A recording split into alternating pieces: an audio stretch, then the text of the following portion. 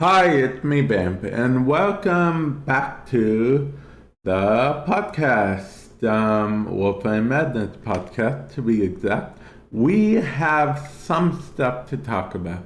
Some stuff to talk about, but at the same time, not as much as you might think. You know what? Let's just start talking about it, okay? Okay. So, TennoCon happened not too long ago. And for those of you guys that don't know what TennoCon is, it's a Warframe event that happens at the time.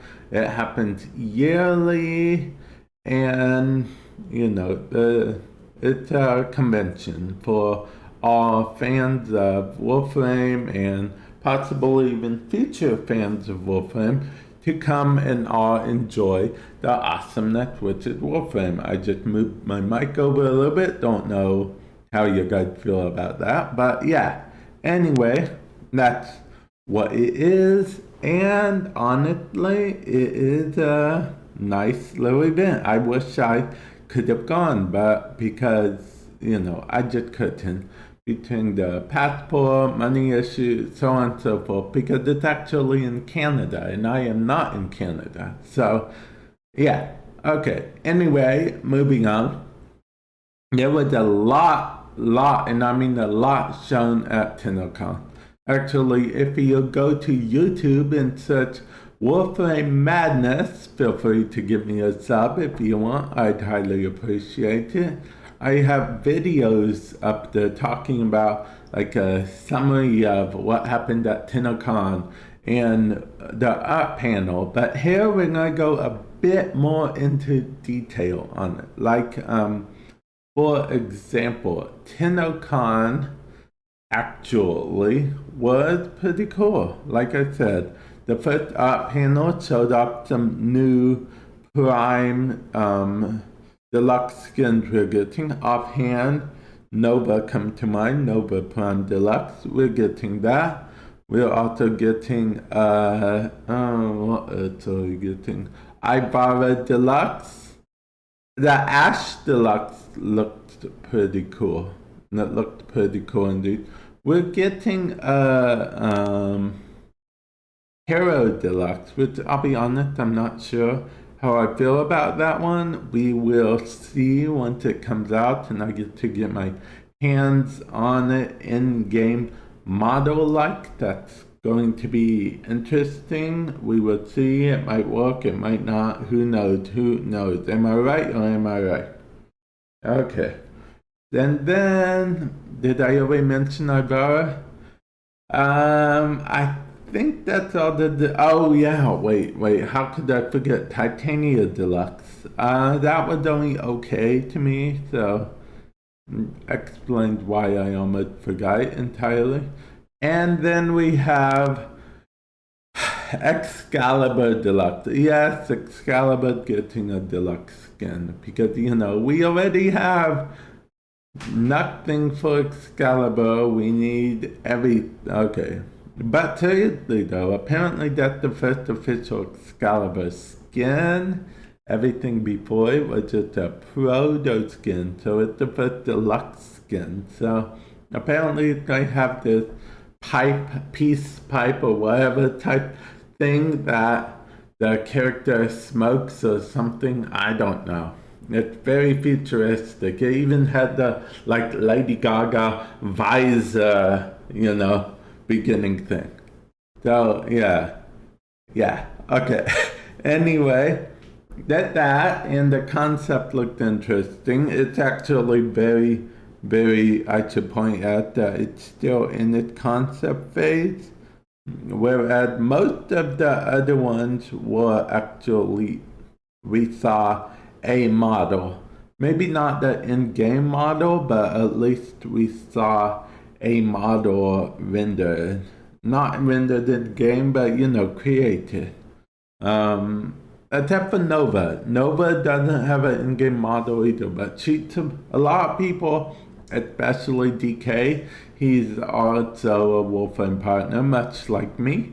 But his favorite frame is Nova. Well, Nova, the face of his channel. I don't know if Nova's actually his favorite frame or not. We'll see. Well, anyway, He had big hype for, big expectations for Nova Deluxe, her second Deluxe. Her first one is already out, but they announced her second Deluxe. Frank can have more than one Deluxe. Look at next. Okay, so yeah.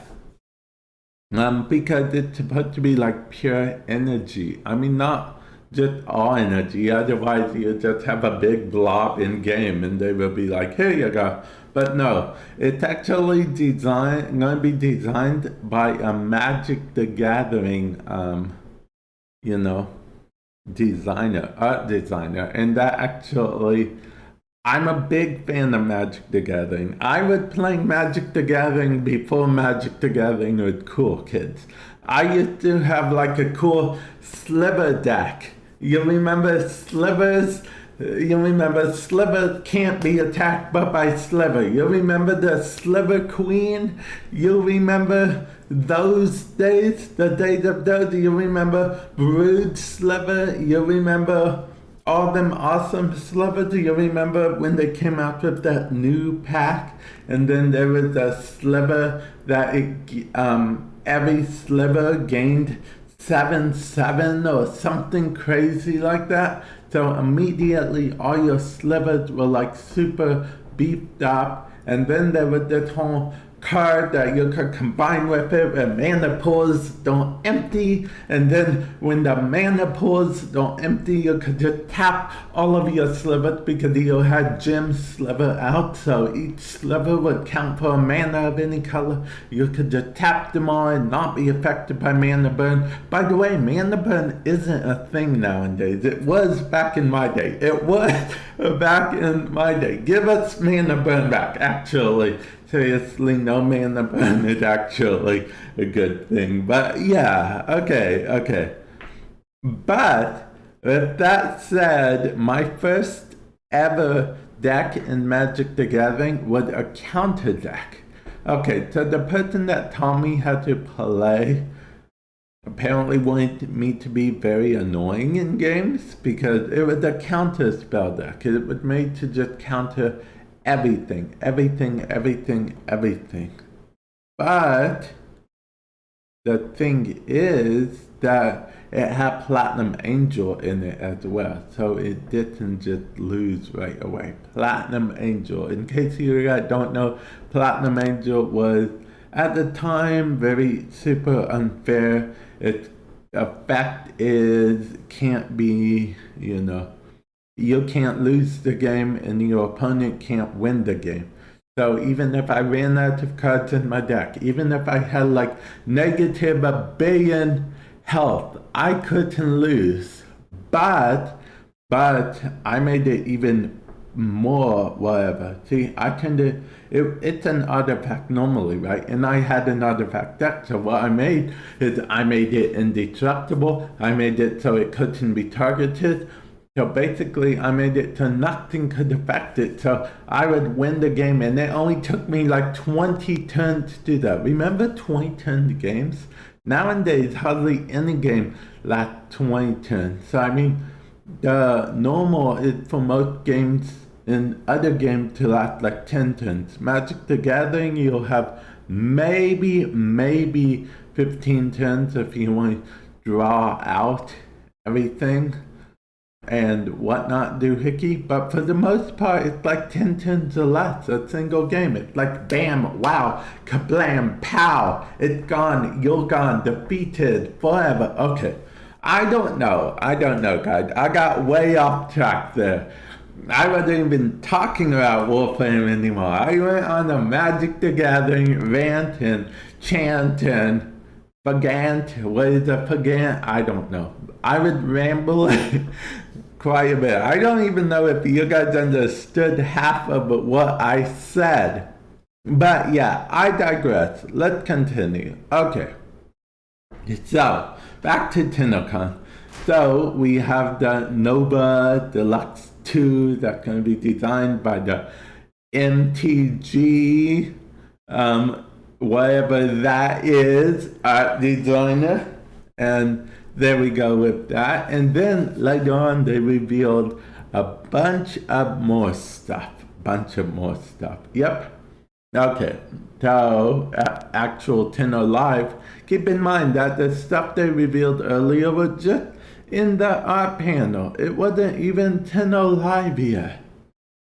And then later on at Tenno Live, one of the first things they talk about is Railjack. I know it has a new name now, Ethereon, Empyreon, whatever. But they talked about Railjack. And I'll be honest, Railjack is one of those things, it was, okay, it's pretty cool to see how Wolfram is evolving, but at the same time, that gameplay style isn't really my cup of tea. I'm not like aboard the spaceship, attack everyone in epic space battles type of person. I never was a big fan of EVE Online. I'm not a super, I'm just not a big space battle person like that. So I'll be honest, I don't know. I hope it's like optional. I hope that other way to get whatever unique rewards will be dropped on Railjack. Or maybe it's just Arcwing mods on Railjack, in which case people will be like, we don't go to Rail. I'm just kidding. Arcwing isn't the worst in the world. Actually, but seriously, if Arcwing becomes super good, what will be the meme of Wolfram? I mean, it's even a meme right now that Arcwing is terrible. So what will? I don't know. Anyway, there is something, however, which they did reveal, which was pretty awesome. It was Fish Team. Yes, you heard me. Fish. Fish Team. Okay. So basically what they did is they set down a beacon and then they were able to destroy something on the planes, and that helped the space battle people do the thing a lot quicker. I want to be the person on the ground that does the thing, help with the destroying of the thing. Space battles, I'll leave that to, spacey people. Spacey people? Yeah, that's what we're going with. Okay, but, yeah. And I guess let's move on to the next reveal, because that's how they were. They were like bam, bam, pow. And they threw it somewhere in there. So I'm going to throw it somewhere in here. Arcwings, all Arcwings are going to have Blink. Okay, so moving on. Okay, so they showed the new war. What's coming with the new war apparently is new tile sets altogether, not just for the new war. We thought a sentient tile set was just going to be for the new war. No, it's going to be a permanent thing. We're going to have sentient tile sets. It's about time sentients get their own tile sets, because, they are a faction as well. Who's going to be the big bad boss? Lotus? I mean... Okay. But seriously, we are getting new sentients as well. We've been getting this one sentient that, opens up his body and other sentients come out from inside it. It's weird. I'm making it sound weirder than it is, but it's still weird on its own, okay? Okay, so yeah, there's going to be new sentient enemies, which is fun. There's going to be a new cinematic quest, which we like. And that is, quote, slated for December. That's the only thing that got a kind of release date. I'd say slated in quotes, and December even in quotes. Let's just say it all in quotes for future reference. Because of the fact that indeed not the best with release dates. And I'll be honest, I don't mind waiting a long time if it's actually good. But in all fairness, we've been waiting like 2 years for the new war, maybe even a little longer.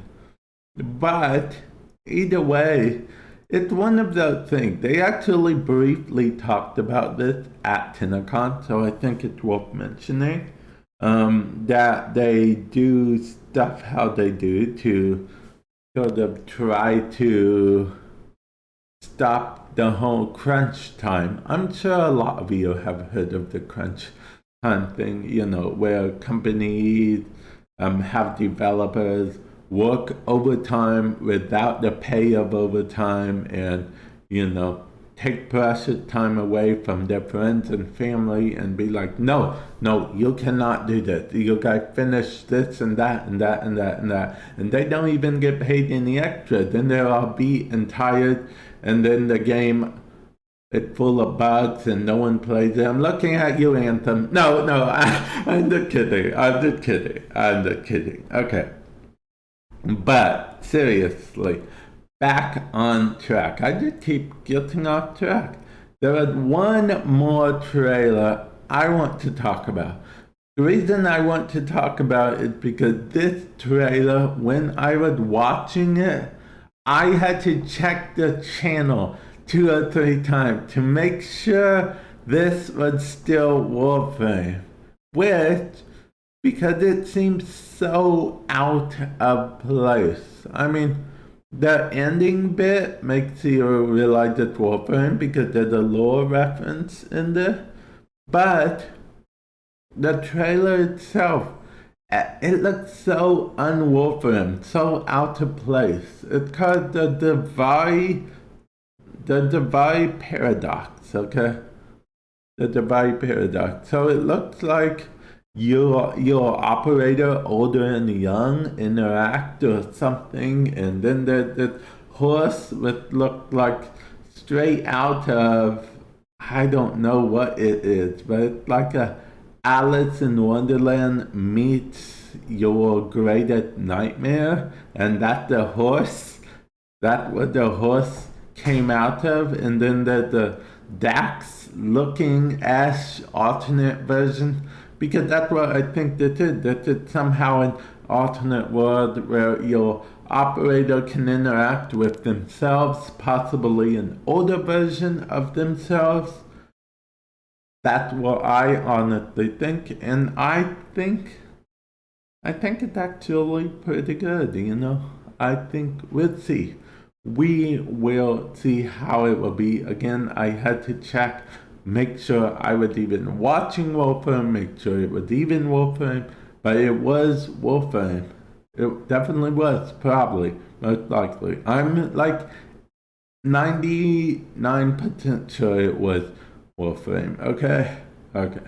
But yeah, it looked awesome. I can't wait to play it. They gave no release date. Roseheim, another Warframe partner, thinks it might be as far as 2 years away. I'm inclined to agree with him. Maybe like a year and a half. I'd be surprised if it's any sooner.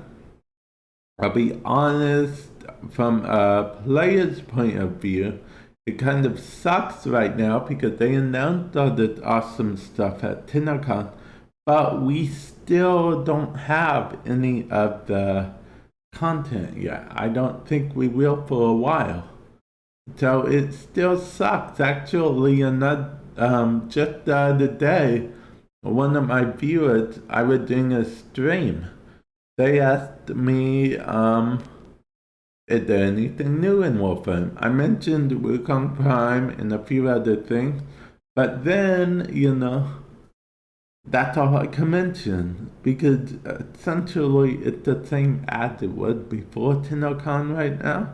But I think they have something in the works. I don't know. I'm a Warframe partner, but I don't get much special privileges in terms of knowledge, and even knowledge I do have, it's under NDA. For those of you guys that don't know, it stands for non-disclosure agreement. And yeah, that's the big thing the big thing is that not a big thing per se, but another big thing is they are remaking the ship, redesigning the whole ship. Now, I feel like they're redesigning it for the sake of, I feel like they're trying to step up the technology, in what they use and the codings and stuff for the next gen of consoles. The PS5 and the PS, what is it going to be called? PS2, no. PS2, no, not PS2. Xbox 2 or Xbox One 2 or Xbox Snap. Actually, I think they said it was going to be called Xbox Scarlet. Or that was just the placeholder name. We don't know for sure. But anyway, those two new things. We'll see what happens with that. And yeah, that's actually basically all I got for now. Okay, I guess I should comment on. I made a video again on YouTube. Search Wolfram Madness. You'll get you'll get to the channel. Feel free to subscribe. And I made a video. In that video, I actually asked people if they would like a native Warframe being on the iPad, or if it's even possible. Whereas I don't know if it's possible, but if it is, a lot of people seemed kind of mixed on the thing.